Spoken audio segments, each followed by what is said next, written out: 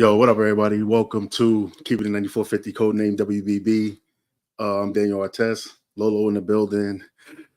Hey, everybody, what's going on? Lauren, what's up with you? How you doing? I'm sorry I cut the intro thing short. I couldn't see it, so I was just literally just staring at the screen and stuff. So I didn't know if it would have went to zero, I still would have been just standing there like this. I was just like, all right, let's just get it going and everything. But how you doing, though?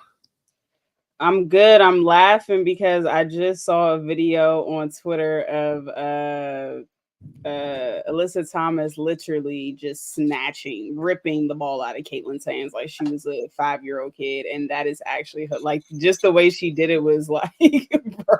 And Caitlin's not, of course, not the only one that has happened to. Alyssa Thomas does that often. I just thought it was funny. That's why I was laughing. But I'm doing well.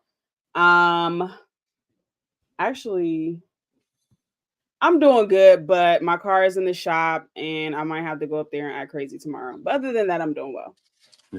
Yeah. I saw that video of Alyssa Thomas doing that to Caitlin. The women's basketball community is going to definitely get a laugh about that. Anything that has with anything Caitlin failing in life, they're going to get her about it and stuff. But yeah, that listen, Alyssa's super strong, man. Like some things what they call her an engine. She's like a machine and stuff. So listen, just give her the ball, go back down the court, and make it happen and stuff. But we here to talk week 4. We have a full show for y'all, and we're going to get right into it real quick. Talk about this Team USA Olympic roster. It is official. The selection process was kind of fierce. There are some big names on this list and some snubs too. So let's break it down with the roster, right? So we got Nafisha Collier from Minnesota. She's bringing versatility and her defensive prowess to this team. She also previously competed in the 2020 Olympics, 2021. So her skill set makes her an asset to this team, as well as her experience. Kalia Copper from the Phoenix Mercury, her first time Olympic team. We know what she's about: explosive scoring, her athleticism, and we've seen her performances in the WNBA this season. She earned this spot, and I think that she's going to bring a lot of energy to this team. Also, we got Chelsea Gray, one of the best point guard in the world. She has a foot injury, so we don't know the situation what's going on with that. The last 8 months, it's been quiet on that end. So if she's back to full health, which we will not know until they let us know, definitely a playmaker that Team USA needs, right? Brittany Griner, another one, a dominant force in this paint, bringing her experience as well. Her third Olympic team for her. She's bringing shot blocking, scoring ability in the paint. Like what I think Megan said it or Jada said it.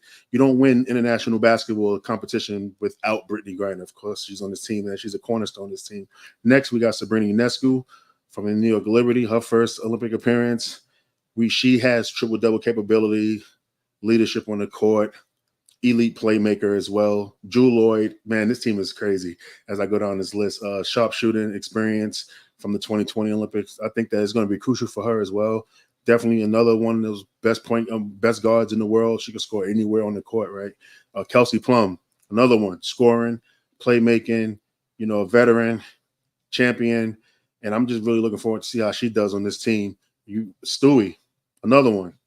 Dominant forward, Olympic experience, 3-time Olympian now, all-around game.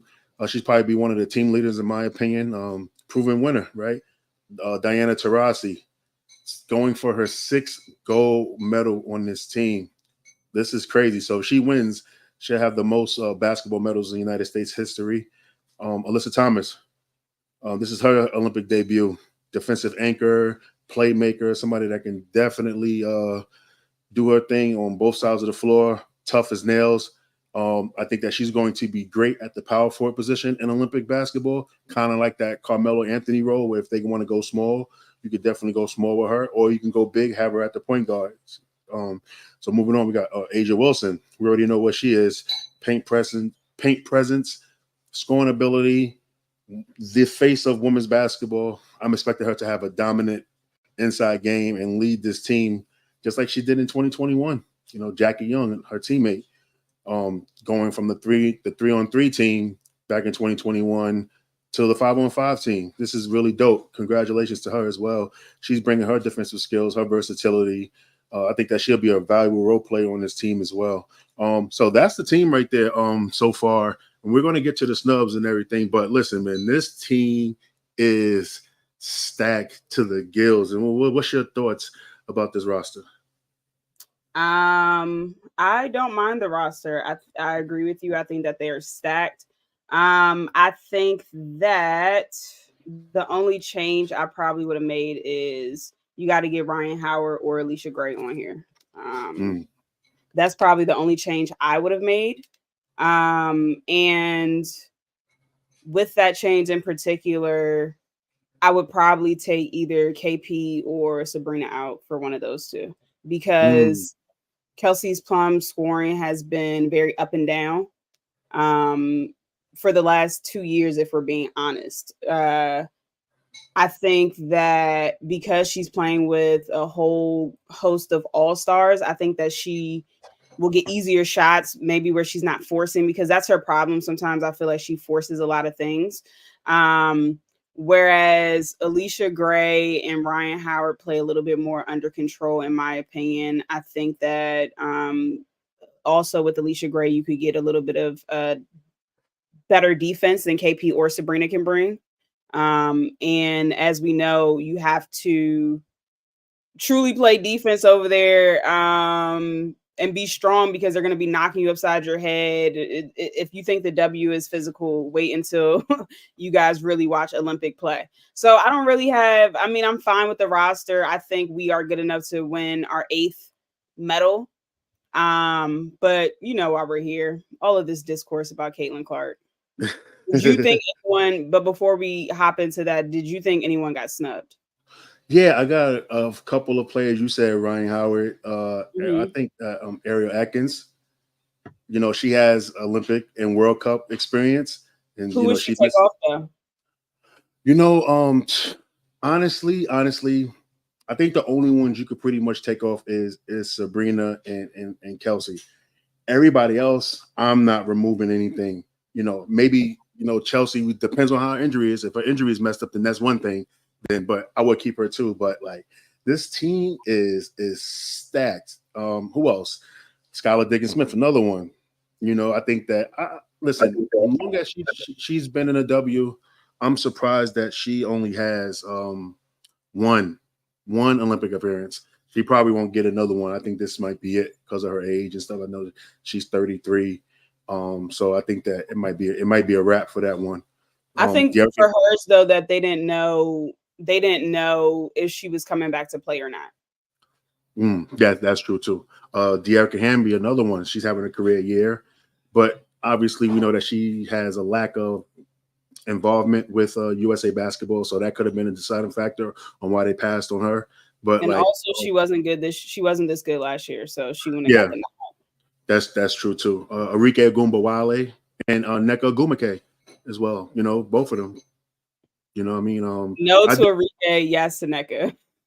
You don't think? All right, if you don't, Arike go shoot 30 shots a game. I'm sorry, I can't. Not in the Olympics. I can't. Nah, she it won't be like that. It won't be like that. But yeah, I mean, it goes to say when people was talking about Caitlin Clark and everything, you know, with this team and stuff, man, it's just like, no, she does not deserve to be on this team. Look at the names that's on here, even the snubs. Like, she, right. if you ranked it 1 through whatever the number of players that's on this list, like, you know, Caitlin's at the bottom of it. You know, there's like nobody she's better than on this list. I'm sorry, you know. I do think a way that Caitlin gets in though, if you know Chelsea Gray injury is worse than what is expected and stuff. So if she's not healthy, then I'm thinking they're gonna go with Caitlin. I don't think they overlook her. They have to, because they're seeing all the outrage. We have Nikki Haley who got her ass beat by Trump in the to run for the Republican nominee. Like, focus on politics and like maybe not come over to a sector that you don't know anything about. That's number one. So because all of these politicians and all of these people are now putting their opinions into the USA basketball Olympic selection committee, which they've never cared about before, but all of a sudden everyone cares about it. I think that if Chelsea can't play, I think that they put Caitlin there. Do I think she deserves to be there as the point guard? No, she does not, because she's not a great point guard. If we're keeping it a beam, like she's not the kind of point, because they have scoring on the team already. When we think about Caitlin Clark, we think about scoring, right? So I just feel like they will put her on there, but I think that Skylar Diggins deserves it more, and she's more of a true point guard that they would kind of need. Yeah, and also like with the whole Caitlin thing, y'all got to understand that Caitlin didn't participate in any Team USA camps at all. Obviously, because she's in college, right. And then she has a deep March Madness run, so it's not her fault. So, but you got to understand, Team USA is a different type of basketball, sorority or whatever.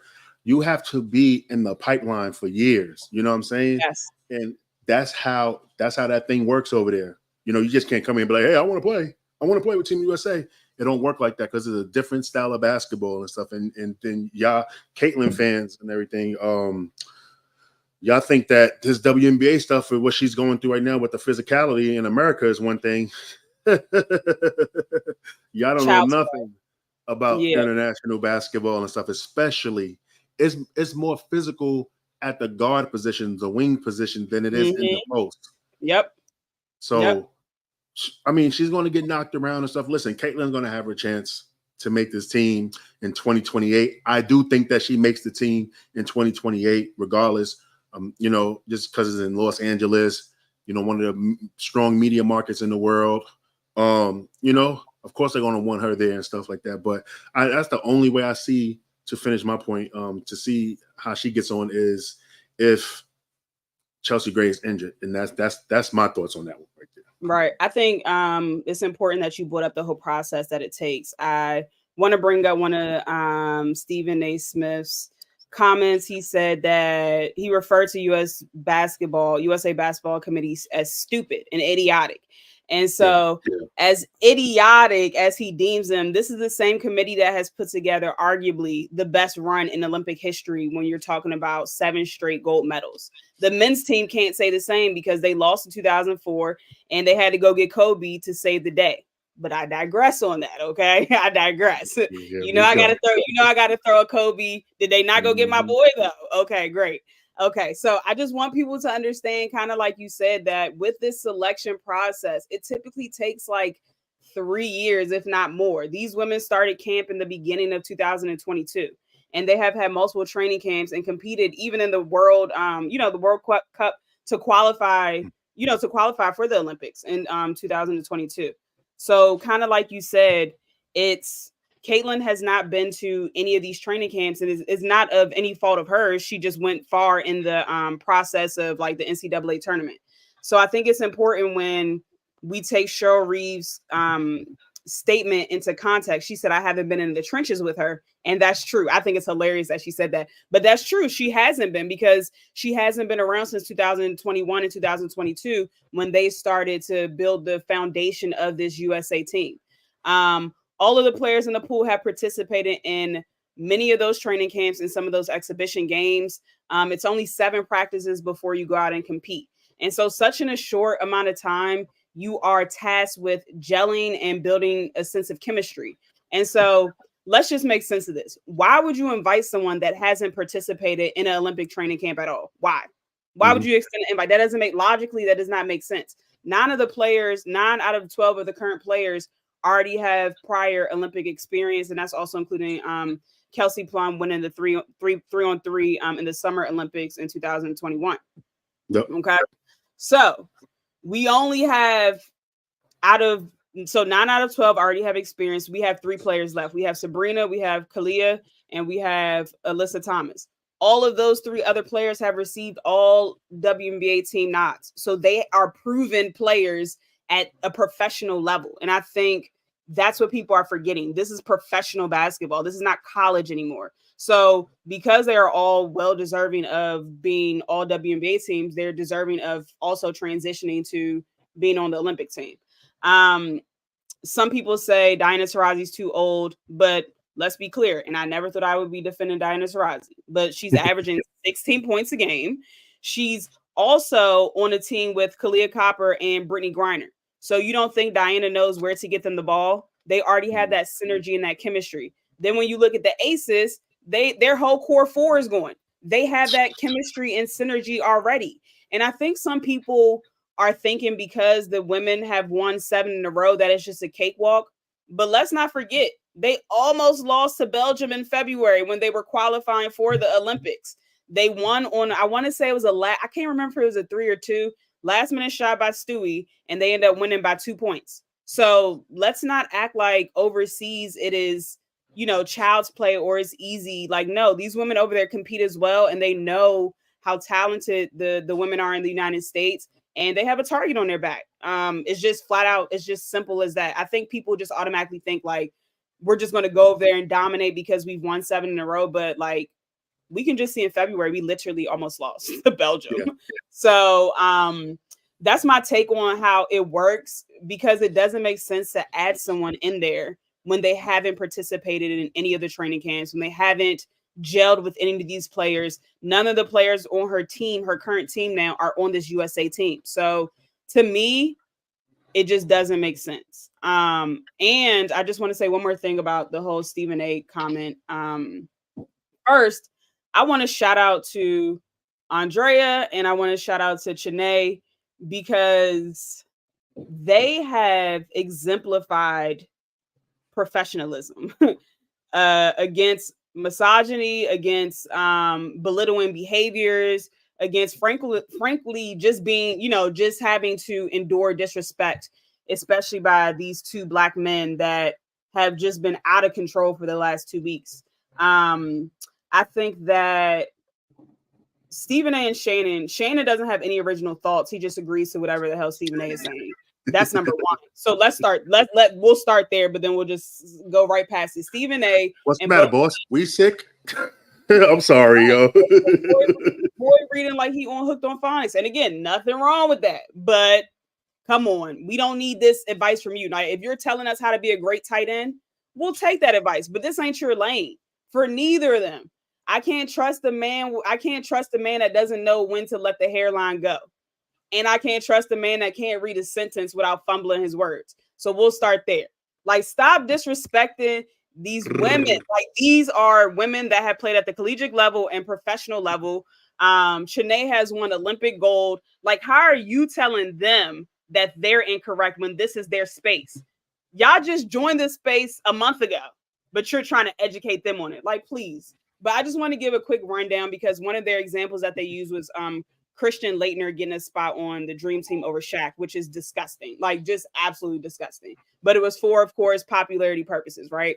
So this is the thing. I think that people don't understand how the Olympics came about. So the NBA players didn't play in the Olympics until 1992 when they had the Dream Team assembled. And the reason why they did that is because they used to send amateur teams over to the Olympics to just win for the US. The owners didn't want their players to get hurt, etc. So once we lost, David Stern was like, okay, we got to do something about it. He created the Dream Team. Got it. Before that, from 1940 something to 1980 something, the NBA wasn't this mega cash cow that we see now. It was struggling. So that's why when people compare when people talk about the WNBA, when you look at the NBA's first 30 years, they didn't do well either. So that's another fun fact for you guys. So moving forward, they weren't global at all. So starting the Olympics helped them open more eyes to more people, the talent in NBA, because if we are using context clues in the 80s, what was popular?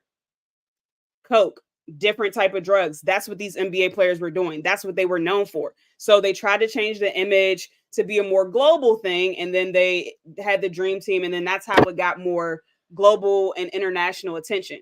Now, the whole Christian Laettner joining and the whole using the Olympics to catapult and make it a global thing, that was great for the NBA. The difference with the WNBA is for the 28 years that these women have been playing, they are more popular globally than they are in our own country. They have sold out arenas. Brittany can probably attest for it since she played overseas. You can attest for it. But yours is different because you're a man, but you played in sold out arenas overseas. Sold out arenas, thousands in the audience, their salary is tripled or quadrupled. So the thing is, for them to say like the WNBA will be seen more globally is simply not true, because women's basketball has been global since the inception of the WNBA. Hence the reason why they created the WNBA. Like literally the reason why they created the WNBA, so women could stay home and play. So the WNBA has always had a global market, and it, as you can see, that global market has not transitioned or translated to viewership. So if they just simply do their homework and understand that we're not looking at this from a marketing scheme. The committee is looking at this to try to win the 8th gold medal, which is understandable. We're not looking at this like, hey, it's going to bring more eyes to the WNBA, because it's simply not true. These women have been global for ages, and it doesn't bring more viewerships. And even if they did put Caitlin on there for more viewership, she wouldn't get paid. I mean, she wouldn't get playing time. So if she doesn't get playing time, what's the next conversation going to be? Oh, they never played her. Oh, so that's a whole nother 2-3 weeks. We got to talk about the same dumb thing, because Stephen A was like, well, you can just put her on there. It doesn't mean you have to play her. No, because y'all know if she go over there and gets no PT, it's going to be a problem too. So that's my whole issue with that. I think Stephen A and Shannon Sharp should stop talking about women's basketball. I think that Andrea and Shanae and any woman that are called on to go correct them, I think just turn down the opportunities. It's no benefit from it. You could see visibly how uncomfortable Shanae was the entire time. Like the misinformation that Stephen A just spews, and because he yells and has a lot of spit in his mouth when he talks, he thinks it makes it truthful. It's not. It's not. Like, the stuff that he says is just very untrue, and you can tell it's very uncomfortable for them to sit there and simply take it. You know what I'm saying? Yeah, like I said before, man, like Stephen A. Smith, man, is one of those dudes, man. And it sucks because, he has a journalistic background. He's a journalist first, and for him to be on national TV, telling people like, oh, we don't care, and, saying that the committee is stupid. Idiots. Mm-hmm. It's stupid or idiotic and everything. I'm just like, yo, bro, like, come on, man. I get it. Like, whatever. That's how you feel business-wise, whatever. That's how you feel. But you got to talk about the marketing in WNBA versus the NBA real quick, right? Because, like, the marketing, it's no marketing for USA. It's two totally different things. You know what I'm saying? When it comes to this basketball thing on the Olympic level, it's not about marketing. It's about the best athletes in the world, competing at the highest level in the world versus other athletes from different countries in their respective sports. You know what I'm saying? And for, Stephen A. Smith to really just, be out there just treating it like he acting like he Donald Trump, trying to make everything into a business or something like that. It's just weird. And then, Shannon Sharp and stuff, like he's the first Black house Negro to a Black master I've ever seen in my life, man. Boss, we sick? Yes, head ass boy. Crazy. And I'm sorry, man. Listen, whatever. He can't beat me in a one-on-one. So I'm gonna talk my talk. You know what I'm saying? This is why I don't really like, even when football players talk basketball. Like stay out of here, man. You know what I mean? Go do your thing and stuff, And then just to cross over on the NBA side real quick. Like, now he goes at LeBron about podcasts and stuff. Like, yo, dog, you don't even know how to podcast. Like, you got this big podcast network because of your name, not because of your skill. You know what I'm saying? Not because of your podcast, your skill set. You don't know how to dive deep into different conversations and stuff when it comes to this basketball thing or just podcasting, period. So, like, stay in your lane, dude. Like, you know what I'm saying? Stay in your lane. I don't understand how you're a house Negro through your own con. That's crazy.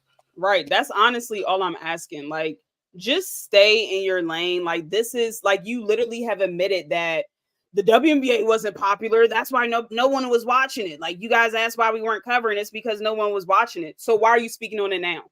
Why are you speaking on it? Let the professionals that have been covering it even before it got popular Speak on it. Guess what? They've played, Stephen A. They didn't average 1 point in college. They actually played and were good players. You get what I'm saying? So let them speak on it. Like, give them the opportunity to talk about something that they've been a part of and something that they frankly, flat out know. Yeah, I mean, exactly. It's and crazy. the last thing I'm gonna say about this, and we can move right on, is Mhm. that for the people that are saying that Chelsea Gray hasn't played all year and shouldn't be on the team, like, I really want to slap the taste out of your mouth, because you must have never watched Chelsea Gray. Chelsea Gray has had actually not even one of, she had the most historical playoff run I've ever seen in my life. And I've watched more basketball than the average person. Like, I'm obsessed. Like, I am a freak, like, with basketball. Like, it's just ridiculous. I've watched a lot of basketball and I've never. And I've seen Kobe do some spectacular things. But the run that Chelsea Gray had, what was that, in 22? Yep, 2022. Averaged 21.7 points, 7 assists, but that's not even the important part. She shot 61% from the field, 54% from 3-point range, bro. Who is doing that? And y'all want her to, excuse me, y'all want her to be off? Please. Like, please spare me. Please. Like, that's like, for real, they playing on Chelsea's name. Like, stop it. Just because I haven't seen her play this year doesn't mean that she can't hoop. Y'all just haven't been around. Watch more basketball. And you gotta give her the benefit of the doubt. I'm sorry, it's a respect thing. You know what I'm saying? It's a respect thing when it comes to a play with that type of resume. Okay, yes, she's hurt, but we're gonna still put her on this roster. So if she's healthy, we know that we know where she's going to be and everything. All right, let's move on to the next. Let's move on to one more. Go ahead. People also said, oh, Diana came out of college and played in 04. Candace came out and played in 08, and Stewie came out and played in 2012. But guess what two things all of these players have that's not Caitlin Clark? Number one, they're all better than her skill-wise. They're more skillful than she is. That's number one. That's a fact. Number two, and then we can move on, is they all won. Not just got to the dance, they all won. Multiple rings. So that's the difference. That is the difference, my friends. So y'all can keep saying she got to the tourney, she got to the national championship without a team, blah, blah, blah, blah, blah, blah. She didn't win. Go ahead. Yeah. All right, before we move on, listen, don't forget to go to www.seatgeek.com and use the code the9450 for $20 off your tickets, y'all. You know what I'm saying? Don't forget to go to www.welshmode, right? To get your coffee. You know what I'm saying? Come on, y'all know y'all drink that coffee, tap in. Exactly. And also, I want to give a big shout out to the 9450 and stuff, man. We got some merch, y'all. Real quick. You know what I'm saying? Just talking to everybody on the screen. We got some merch, y'all. You know what I'm saying? So listen, we're gonna be doing some giveaways. All right, giveaways. I got 18 shirts to give away. You know what I'm saying? So enjoy that. Tap in with us in the DMs and stuff. But matter of fact, maybe we might come up with something. Maybe whoever wins the fantasy league, I guess. You know what I'm saying? Whatever. We'll figure it out. Oh, you have a fantasy league? No, I'm not a fantasy. I was about to say, why I'm not in it. I don't do fantasy at all. K-Dot. But all right, let's move on to the next subject, right? So we also want to talk about generational players, right? That's our next thing and stuff. And the question is, like, what's a generational player? Who is a generational player and stuff? My definition of a generational basketball player is an athlete who has the talent, the skill, the impact that is so extraordinary that they just significantly influence the era which they play basketball in. You know, remarkable success, set records, the stats is elite, and also becoming iconic figures within this sport, shaping this future and inspiring future generations of basketball players. So I'm gonna run down a list of my generational players, and maybe the chat might agree with me. Obviously, Lauren, I think you will agree with me. Yes, drop your generational players in the chat, please. And this is not a list like in order. So I didn't forget your favorite players. All right. So Lisa Leslie, when you think of one, a dominant center, one of the first true superstars of the WNBA, scoring and rebounding, shot blocking, first player to dunk, right? Cheryl Swoop's another one. And I hate to use the word female, but they used to call her the female Jordan and stuff. I'm gonna say Lady Jordan. You know what I mean? Versatile, dynamic scorer on both offense and defense. Diana Taurasi, yes, generational player. I know a lot of people is not hiring her like that. I don't think that she's the GOAT, but she's definitely a generational talent. It's one of the greatest scorer in WNBA history. Clutch player, leadership, all that stuff. You know what I'm saying? Have legions of people that she influenced. I feel like Tamika Catchings, who's known for her defensive, elite defensive player, all around game as well. Though we had her early on when they did the top 25 WNBA players. We had her at number 2. The only one with one championship, one title, was second greatest player ever because of what she did on the defensive end. Like, everybody talk about scoring and everything, but to have somebody to do that on the defensive end is crazy. Think about it. 5 defensive player of the year awards. Like, nobody's touching that right now. I think Asia Wilson's probably the closest one, that can catch it.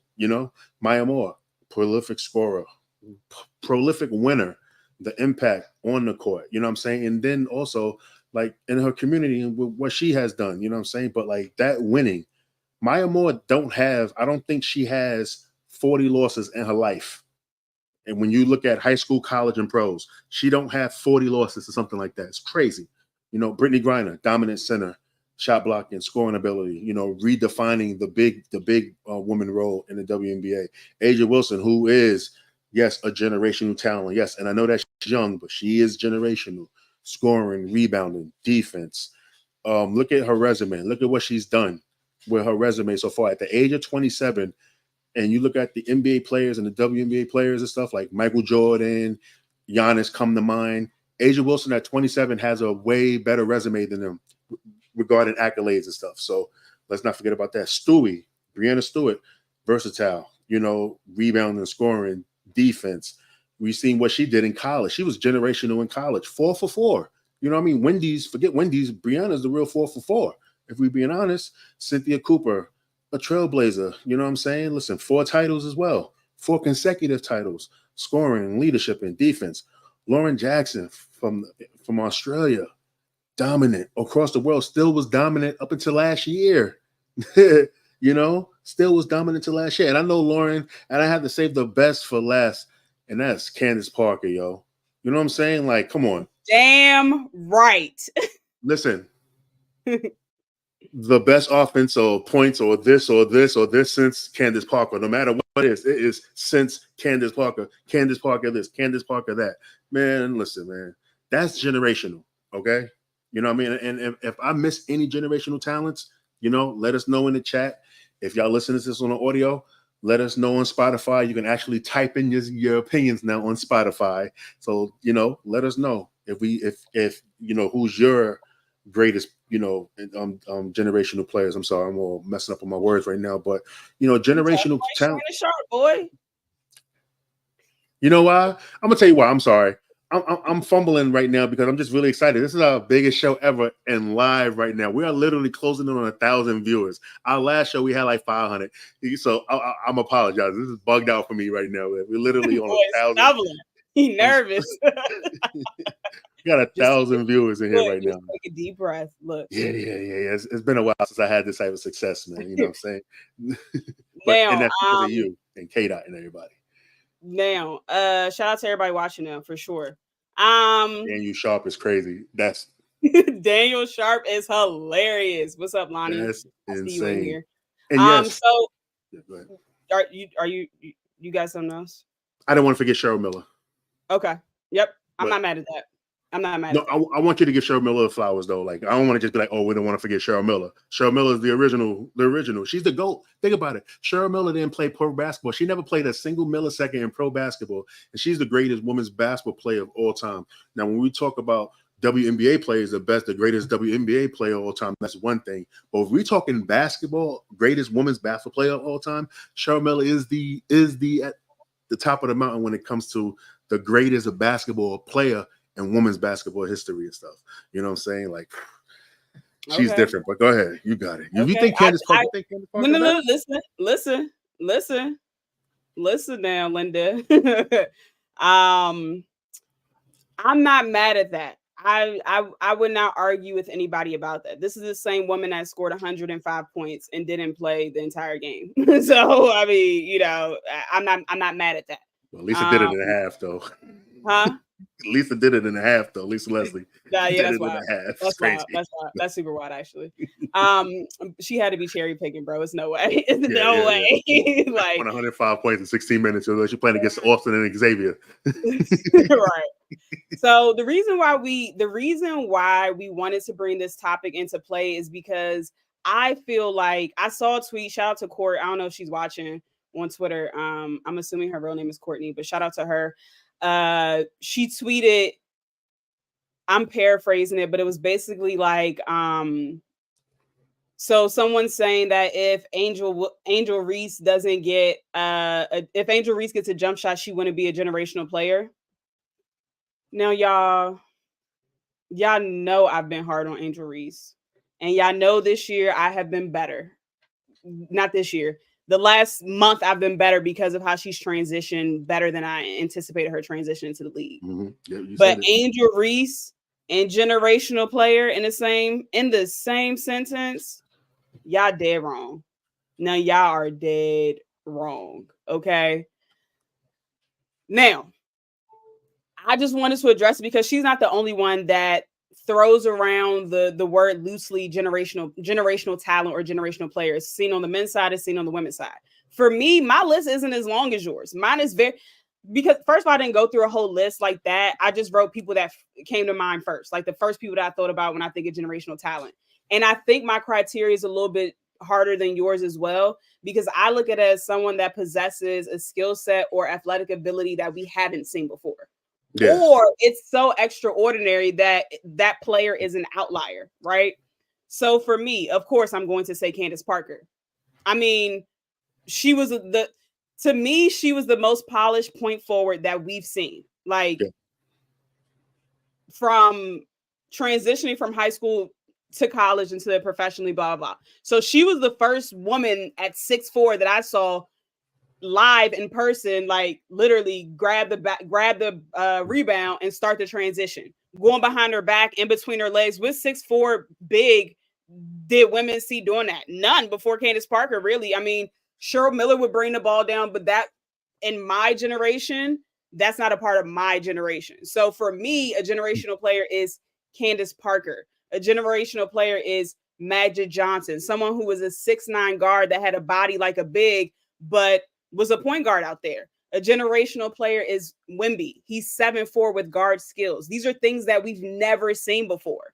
Like, so even if you look at LeBron, right, I would consider him a generational player. However, his game is very similar to Magic Johnson, both 6'9". Of course, Magic Johnson's bigger and more, their passing similar. They can both get to the rack, stuff like that. So we have seen that before. But then when you add Bron's longevity and then everything else, then I could see why people would say definitely generational player. And the one more person I'm gonna throw in there, again, I didn't go through the whole list of generational players, but people aren't gonna like this because she hasn't even really been hooping that long. However, Juju Watkins, she's going to be a generational talent. And I say that because Juju has a sense of twitch and just that pat to her game that we haven't seen before from a woman, in my opinion. Outside of like Shannon Bobbitt had a little bit of pat to her game, but she didn't have the twitch that Juju has. Like, I don't know how else to really explain twitch. I would have to like literally show you guys what I mean. But I think you know what I mean. But I'm talking about for people that don't understand what that means, right? Because everyone on here at her size, I've never seen nobody at her size do it like that. You right, know? Exactly. Because she's what, 6'1". She has a switch, 6'1", 6'2", has a switch, has the size, and just imagine, like, her potential is so untapped. I've said it before, and I'll say it again on here. If Juju Watkins can stay healthy, she will be the best women's basketball player of all time. And you guys can quote me on that, okay? In about 5 years from now, I want y'all to remember that Lolo, Lolivia Pope, Martin Lowe King, La Rosa Scott, La Rosa Parks said it first, okay? Y'all remember I said that first, and we can go ahead and move on from generation. Hold on. Before I move on, chat, is Caitlin Clark a generational player? We went back and forth about this in our chat. So what do y'all think? So, like, it's Caitlin Clark dynamic is very interesting You know what I'm saying? Because of the eyes that she bring in, like her game got to catch up to her. I know, right? Sorry, chat going crazy. 21 titles of Martin Luther King is crazy. It is crazy though. It is crazy though. You know what I'm saying? Nah, but Caitlyn's game got to catch up to her star status and stuff. Like that's why, like when I say that, it's kind of tricky because you can say she is a superstar because she fits the qualities of what a generational player is, like I laid out and everything. You know what I mean? She got the following, she got all that stuff, but the game got to catch up. We need to see her, you know, get. I'm not going to even say championships and stuff like that. And then think about this, y'all. This is what they lost today. So what are they? There's a 13th game as a pro. So I think that we kind of like, you know, kind of should just push, not like, you know, go all in on if she's a generational talent and stuff. But it takes years to develop that. You know, the only reason why some players came in generational like Stewie and Candace because of what they did in college. I would even consider Shamika Holsclaw as generational because nobody wasn't doing what she was doing until then. Like, you know, like we see Candace Parker, but think about it. Like Shamika was the genesis. Crawl so Candace could walk. Yeah, she was. Yeah, she's the genesis of that. You know what I'm saying? So, but I would with Caitlyn as being generational, like it's a tricky answer to be honest. Like it is. I wouldn't be like mad if you say yeah. You know what I'm saying? Because like honestly, like even if people are pushing Caitlin Clark only her fans can see her, and they're like trying to like forget everybody else. You know, Shannon Sharp, as much as we just slandered Shannon Sharp, you know, he was or Stephen A. Smith, whatever. She is averaging on the road like 18,000 fans, yo. You know what I'm saying? That's kind of crazy. Okay, you know? put a pin there for a second. I agree. It has never been done, and she deserves credit for it. However, the WNBA, somebody is being very, very slick. And I'm gonna say they're being slick because they capped the Chicago and Mystics game at 10,000. Why? Yeah. No, why? Come on, it's not. And even if you look at it, they're also being slick because when you look at the games that are on the Fever games come on at like 7, but all the other games come on all together. It'd be like 4 games at 10 o'clock. So come on now, it's honestly becoming blatant at this point. So at least try to hide it. See, like, of course, their viewership, but even when you're watching the game, of course, the viewership is going to be higher when it's one game versus people having to flip through 4 games. Now, this is where the WNBA messed up at. You know what I'm saying? I do think that these league draft, when they do the draft lotteries, I do believe that a lot of them is rigged. I really do. I believe that a lot of them is rigged. I do think that they rigged for Anthony Davis so the New Orleans Pelicans could get sold. You know what I'm saying? I do think that, you know, they kind of rigged for, I forgot who else they rigged, who they rigged for LeBron. I do think they rigged for him too as well, so he could get that come home love and stuff. This is where I thought that the Sparks should have won. Just bear with me when I go in from this. Now remember when Magic and Larry came through, right? Magic is in the West, Larry Bird is in the East, right? Why not have Caitlyn in the West, have Angel in the East, so we can start off our WNBA watching nights with Chicago at 7 and then the Sparks at 9. You know what I'm saying? That's how design. It's by design. But why would you have 2 players? Like, I'm just saying, if they would have did that, why have 2 players in the same conference that both bring eyes? Because we know Angel brings eyes too. You have heard people saying that, downplaying the eyes that Angel brings to the game. You have heard they're interesting. You know what I mean? I want to say worse words, but I can't. Right. We got to move on. But I'm just reading this real quick. So about to cap in DC. I live out here, and there were a lot of tickets available, and they were cheaper for the Sky game. There was more demand for the Fever game. I understand that. I live out here as well. I understand that, but they still shouldn't have capped it at 10,000 because when I looked at the tickets, it didn't look like it was that many available when I looked because I was seeing if I was going to go or not. All right, let's move on to the next subject because I'm getting hit. The producers is in my ear right now telling me to move on. All right, so I move on. All right, let's move on to the power rankings. That's where we at right now. No, monthly awards. Oh, I totally forgot about the monthly awards. Go ahead, Lo. My bad. It's all good. It's all good. I'll run through them really quickly. For the East, Alyssa Thomas won, nearly averaging a triple double in the month of May, 14.6 points per game, 9 rebounds, and 8.7 assists. And I think it's fitting because her team was 7 or 8-0 before they lost yesterday. But they were 7-0 in the month of May, so I think clearly deserving.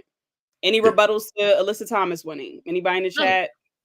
no. If you have a rebuttal to this time is no, it's easy. And then All right. who's on the West? Who's on the West? Okay, on the West side, we have, of course, Asia Wilson. She led the Aces to a 4-2 record, and is averaging 26.5 points, second in the league.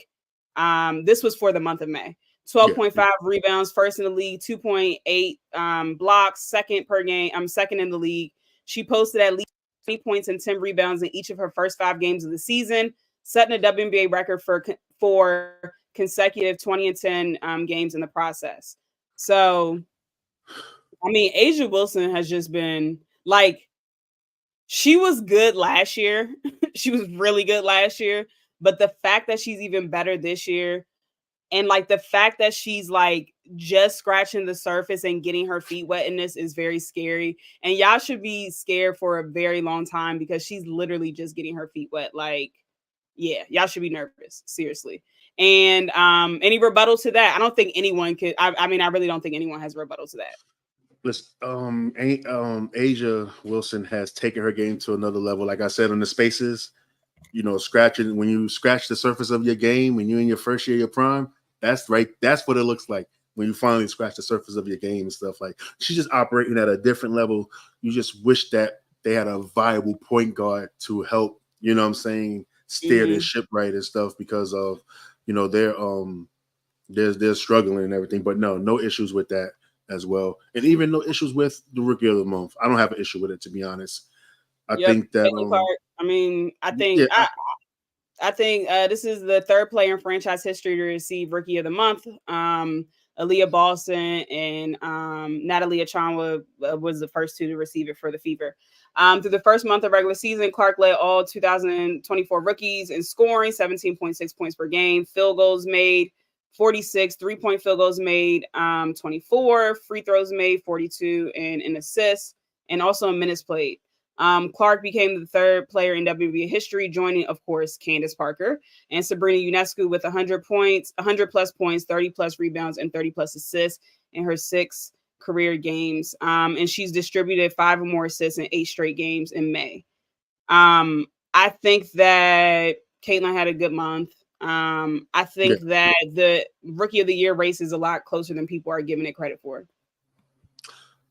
I see that's where we differ at. Because, like I said, on your spaces, I feel like the Rookie of the Year race is the only race that when winning and none of the other stuff matters.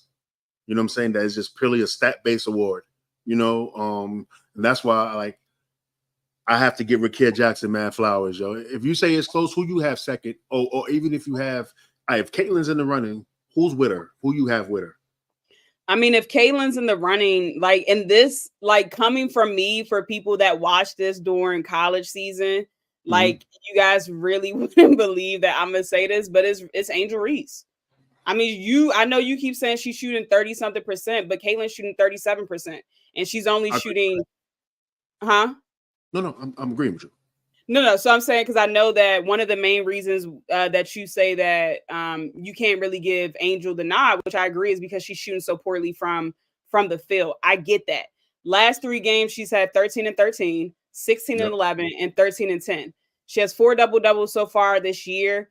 She's ranked 4th in rebounding overall, not just for rookies. She's ranked 1st in offensive rebounding overall in the league, not just for rookies.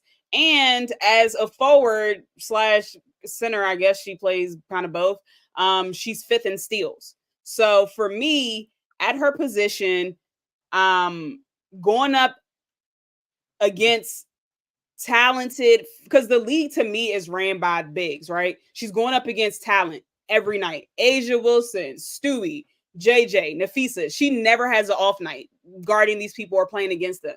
So for her to average less minutes than Caitlin and still, be productive, I like that. Yeah, I think people will sleep on Rakia too. You know, like Rakir is definitely in the running for me with how she's efficient in limited minutes. She finally got her first start and she played pretty well. You know, she had 16 points, 5 rebounds. I think she had 7 points in the fourth quarter. Like she's tough, man. Mm-hmm. She needs to play superstar minutes. I mean 33, 34 minutes per game, to be honest. Like, because we see what she can do and stuff, and you know, she's playing comfortable. You know, she's comfortable in the league. Remember, Lauren, we was at the draft, we was at the press conference. I said, yeah, Rakir is the most ready person in this draft. I said it to her face that she was ready, you know. But I don't have that clip because the WNBA, the press conference started when you asked Rakir the question. Out of all of them, that was horrible. Elite question that I asked, but whatever. But yeah, all right, we just gonna recap the games real quick before we get out of here. Yeah, go ahead, do your thing. All right, so the first game we wanted to recap was the Sky versus the Dream. The Dream won 89-80. Tina Charles scored 22 points. Cheyenne Parker Tyus scored 18 points. Okay, overlay. Look at y'all are doing y'all big one. Okay. The Dream got out to a quick lead, hitting 12 out of 22 the field and leading at the end of the first quarter by 14 points. And the Sky had a rocky start, started the game. I mean, they started the game 4-2 lead. However, the Dream went on a 15-2 run, which was started by 6 consecutive missed shots and 3 turnovers by the Sky. My biggest takeaway is that the Sky shot themselves in the foot by not protecting the ball and turning it over. They turned it over 20 times, leading to 26 points off turnovers. Like I said before, Andrew Reese had 13 points and 13 rebounds, and just has simply been hooping. And one question I had is, what's going on with Ryan Howard? I like that she was active in regards to having a double-double, 10 points and 10 assists, but she shot 30% from the field, and her shooting this year just hasn't been great, shooting 27% from long distance. You know, I don't know. What y'all think going on? You think she's in a shoot slump or? Yeah, man, it's just one of those. It's just one of those days, man. One of those starts to a basketball season where people's just in the slump. You know, I think that she'll get past it and everything. You know, Ryan Howard is an elite player, man. I think that she's a special player. But yeah, we got a little bit of coins. I'm just like, they shall say, "Ooh, overlay, I got money." Don't. Ryan just has to, you know, she just have to go through it. You know what I'm saying? You just got to go through the motions. We all went through it, right? Like I said, the 9450 is a basketball network. We all played basketball. We all had those weeks where we couldn't make a shot. You know what I'm saying? Well, we just struggling, missing putbacks and stuff. But you know, sometimes you just got to get yourself acclimated to a game a different way. Like if I was in a shooting slump, I go rebound and I count rebounds as points, and I just get just as excited grabbing a rebound as putting the ball in the basket. So she just got to affect the game in other ways. Yeah, just trying to affect the games in other ways. So she just have to get through that and everything. So that's just my thoughts on her, and that's the same thing for Liv Boston too. Go ahead. 21 titles said, why LA don't play? Look, we can't ask that to Tanisha Wright because you see how sis got a quick attitude when they asked that in the presser. Moving right along, we had the Fever versus the Mystics. Another historical night for Caitlin Clark. She scored 30 points, 8 boards, and 6 assists to go with it, hitting seven 3-pointers.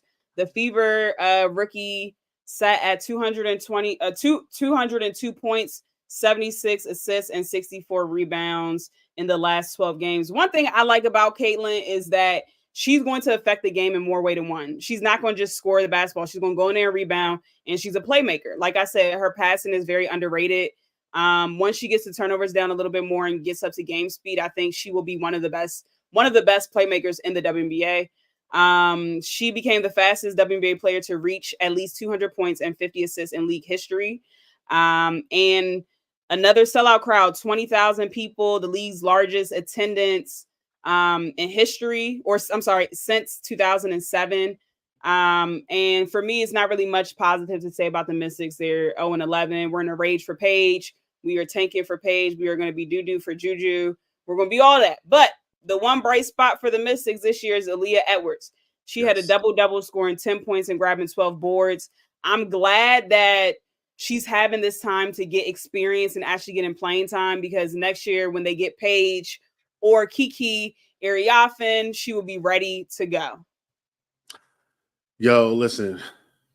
Yeah, I don't have no slander for the Mystics, man. They're just going to go through it, and this team is going to be really good in the future. I really do think that, especially if you get Paige and teaming her up with Aaliyah Edwards again. That's going to be so dope because they already know each other's games. You know, like that's going to, and then you get that inside out combo and stuff. But listen, Caitlin was just cooking, man. Her second game though, shooting over 50%, which is wow. She definitely got to get better at her shooting and stuff like that. But when she's on, man, it's really poetry in motion when she's on. It's a beautiful game that she plays and stuff. But that percentage just definitely got to come up. But shout out to her.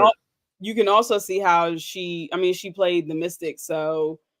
Yeah, that's true too. She even said it on the broadcast after. She was like, well, they didn't blitz me as much. So you can tell that that's also why she got loose like that and scored 30. They weren't blitzing as much. Their point of attack defenders aren't really that great because Brittany Sykes is hurt. So 30 is still 30, but let's be very clear. The Mystics defense is not great. Yeah. But shout out to Julie Van Loo too, man. Just because Van Loo be hooping, bro. Her and the other young lady from Minnesota, Uzan. Yeah, hooping. These overseas people be hooping and stuff. So, anything else? Or another? We got two more games real quick. We got Sun versus Liberty. Sabrina scored 24 points. JJ scored 22, and the New York Liberty handed the Connecticut Sun their first loss of the season, scoring 82 points to 75 on Saturday. This win helped New York Liberty secure the Eastern Conference bid for the Commissioner Cup.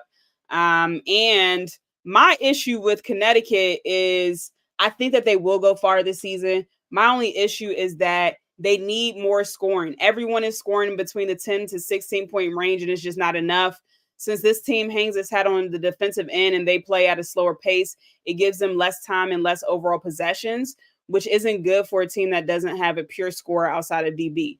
And we all know that she's not going to shoot great every night because that's just the law of averages and the law of basketball. Like, you're going to have off nights. They need someone else that can get in that more than 16-point range consistently outside of DB. And yeah, that's all I got for that game. It was a good game. Yeah. It was a very good game. I don't really have much to say. It was a great game. It was a playoff atmosphere type of game, and they was really fighting and stuff, man. I'd really be impressed with DeWanna Bonner if I'm going to talk about Connecticut real quick, man. I just really like how tough she plays, man. And I think that when it comes to like the Olympic team considerations, I wish she would have got on that spot, man.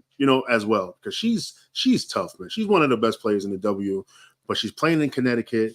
I wish that more people will appreciate her game. So I'll be telling you, new WNBA fans, people that in the chat watching this live right now, we are at 1,277 and counting. 1,277 people and counting. Watch these other players, man. It's really just not about Caitlin Clark. And we're not even Caitlin. We like Caitlin Clark's game. We like her. We appreciate her. But like when y'all missing out on elite players like a DeWanna Bonner, to be honest. Elite player like a Top DeWanna 5 Bonner. all-time in scoring. You know what I'm saying? And it's just crazy how great she is and stuff. But this game was dope. Sabrina Ionescu was hitting some tough threes too, man. Like Sabrina, people not talking about her enough. Her game, she has gotten better. She's more consistent.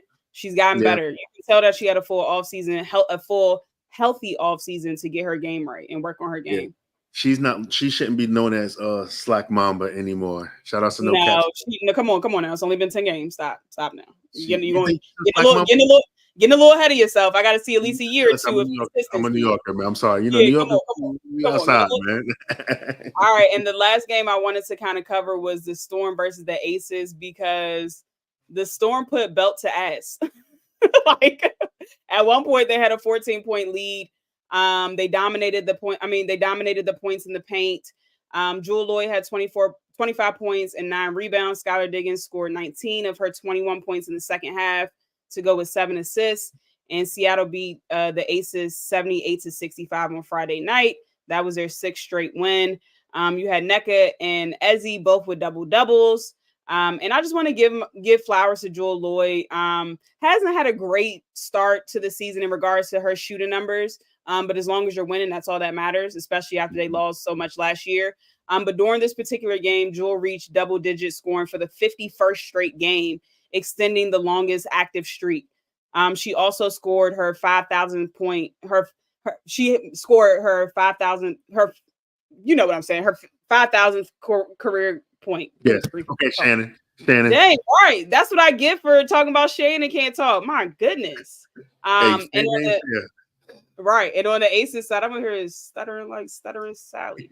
On the Aces side, Asia Wilson had 29 points and 11 rebounds. Kelsey Plum had 18 points. And Jackie Young, she's been averaging 20 points a game. She shot 1 for 12 from the field with 3 points. But Jackie's sick, so we will give her a pass for that. Yeah.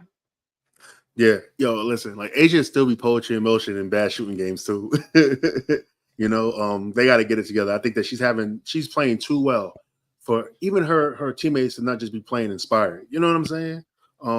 But also shout outs to Kate Martin, who's having a great nice little week, nice little run. You know what I'm saying? Yeah, I agree. Yeah. Kate Martin is having the most fun out of everybody. Yeah, she's having a grand time. Like you could just tell she just having fun. And we're going to head off soon, but I thought it was interesting. I think people were blowing it out of proportion, but I thought it was interesting how she's been playing with Asia for 1 month and she's always like, yeah, she's the best leader I've ever played with. That's crazy. You ain't see that? You ain't see that? I saw that. I was like, oh, yeah, it was in the presser. Like, bro, is it Caitlin your best friend? Dog? You know what I'm saying? Like, yo, listen, Caitlin, if you're watching the show, Caitlin, next time you go against the Aces, yo, anytime you get a one-on-one chance to go against Kate Martin, you better scorch her. I'm telling you that right now and stuff like that. Because nobody. Go ahead. Energy was different in Iowa, man. Now, come on. Look, it only took a month, sis, for you to be like, all right, this is the best leader. That's crazy. But that just goes to show Asia's leadership. That goes to show her humility. Like, because, sometimes as the best player in the world, people can start smelling themselves a little bit, feeling yourself a little bit. But, we saw a video of her going out of her way and getting Kate the cake for her birthday and all of that. So shout out to Asia just for being a good human. And just for being a good leader. So we have about 3 more minutes, y'all. Drop any questions in the chat. Anything you want to know? Do you have anything else? Power rankings. We got to run through them real quick then. I mean, okay. You can go ahead. I'm going to run through the power rankings. Don't worry about it. I'm going to run through the power rankings. Ask the questions while he's running through the power rankings. I got 3 minutes. I'm going to start from 12 all the way up to 1. Okay. So at number 12, we got the Washington Mystics. They are 0-12. The previous week games, they lost 4 in a row. In their upcoming games, they have Atlanta and then Chicago. At number 11, we got the Dallas Wings. And Dallas also struggled. 3 losses this week, 5 in a row. They're up against Seattle and then Connecticut this week as well. At number 10, we got the Indiana Fever as well. They got that win against Washington. And then their upcoming games, they have Connecticut, that just passed, Atlanta, and then Chicago. At number 9, we got the Chicago Sky, who went 1-1. No, I'm sorry, they went 1-2. They beat Washington, but lost to New York, and then they lost to Atlanta. Then Elizabeth Williams went down to injury. So they got Connecticut coming up, Washington, and then Indiana as well. At number 8, we got the Los Angeles Sparks, and they ended the week strong with victories over Dallas and Las Vegas after that loss to Minnesota. The upcoming games this week is Seattle, they're at Minnesota, and at Atlanta. They're on the road. Yes, they got a 7-game. They won't be back in LA until July. I saw that. Sheesh, that's crazy. And then at number 7, we got the Atlanta Dream. They lost to New York and they beat Chicago. And Tina Charles had a great game against Chicago as well. The upcoming games is against the Mystics, against Indiana and Los Angeles as well. And shout out to Tina Charles too. And at number 6, we got Phoenix. And Phoenix had a great week with wins over Minnesota. And then they beat Dallas. And then they lost to Seattle. And their upcoming games is against Las Vegas and then Seattle again. At number 5, yes, we got the Las Vegas Aces at number 5. They lost to Seattle and they lost to LA. They obviously beat Minnesota. The upcoming games is against Minnesota, Phoenix, and then New York, and they got like a 5-game stretch that's going to be crazy. I said they're going to go 4-1 on that, and then at number 4, and I said it at our last power rankings. I said Seattle at one point of the season is going to be number 4. They're going to break into the top 4, and they did. They beat Phoenix. They beat Las Vegas. Obviously, we know they lost that 6-game. That 6-game streak ended against Minnesota. The upcoming games is against Los Angeles, Dallas, and Phoenix. And number 3, the Minnesota Lynx. Minnesota beat LA, beat Seattle, lost to Phoenix at the buzzer. Shout out to Khalil Copper for that one. The next upcoming games this week is Vegas and LA. At number 2, we got the Connecticut Sun. They beat Washington, but they lost to New York. And then their upcoming games is against Indiana, which just passed, Chicago, and then Dallas. And then at number 1, we got the New York Liberty. They went 4-0. They beat Chicago, Washington, Connecticut, amongst them. They clinch home court advantage in the Commissioner's Cup, so they're already in the finals. And their next game is they only got one game this week against the Las Vegas Aces. And that's it for the power rankings. Anything I want to ask about that? Anything you got for that? Yeah, I got 2 minutes because I got a bedtime. No, I'm talking about you. Huh? About the power rankings? No. Yeah. All right, nothing about the power rankings. All right, then. Well, I guess that is the end of the show. Thank you for listening to Keeping It 9450, Codename WBB, brought to you by the 9450, brought to you by SeatGeek. The 9450, that code word for those $20 off. Welsh Mode, shout outs to you too as well. And also, we got a show coming up, our midweek show. We kind of have another sponsor, but not a real sponsor, but we kind of got some gifts. You know what I'm saying? So we're going to definitely talk about that on the next one. Also, we got, I think our quarterly awards, I think that show was coming up, and then we still got to work on that listing and everything. But yeah, don't forget to follow us on Twitter at the 9450, Instagram at the 9450_. Same with TikTok and on YouTube as well at the 9450. Want to thank everybody that tapped in with us. This is our biggest show of all time so far. We got Codename Mystics on the way, Codename Liberty on the way, as well as Codename Sparks, where we have Ray and Frejo talking to Kia Nurse. You know, they did a show live from the crypto arena. Staples Center is what we call it. So yeah, please stay tuned with us and everything. And also, real quick, look, Felicia's respectable. She's like, Wednesday ? They show like y'all back tomorrow. The daily it's games tomorrow, right? Yeah, it's games tomorrow. We're not coming on tomorrow. It's too many games. But normally we'll try to do Wednesday or whatever like that. You know what I'm saying? So Wednesday, I'm probably gonna have to do a little bit later because I got a Spaces with Megan at 8. Okay. Worst come to worst, and y'all just be on here with me, and then I take Kata out of retirement and stuff. And don't forget, listen, we got the 9450 merch. I know you see the T-shirt right there with the beautiful logo. Woo! So it feels so good to do this and stuff. So please, we in the building and stuff. But listen, we got a few faithfuls in here that gotta get a shirt, man. Oh yeah. I already know. The faithfuls is getting shirts. We ain't saying no names. We'll hit you in the DM. We know who you are and everything. But yes, like I said, this is our biggest live show ever. As the running number is at 1,362 people watching this thing right here, So salute to everybody, and don't forget that this game is bigger than one player. All right, bigger than one person. Man, I'm telling y'all, support. Yes. The WNBA. Please support the WNBA. This is amazing. You know what I mean? For all the people that's listening, since it's 1.3 thousand, subscribe to YouTube.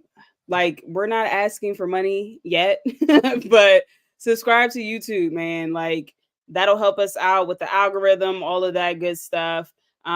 Take your mom's phone, your dad's phone, your kid's phone, subscribe them to. Like, we not asking for much, just a little bit of love. That's it. Yeah, facts. With that being said, we out of here. Y'all be safe. Love is love. Peace.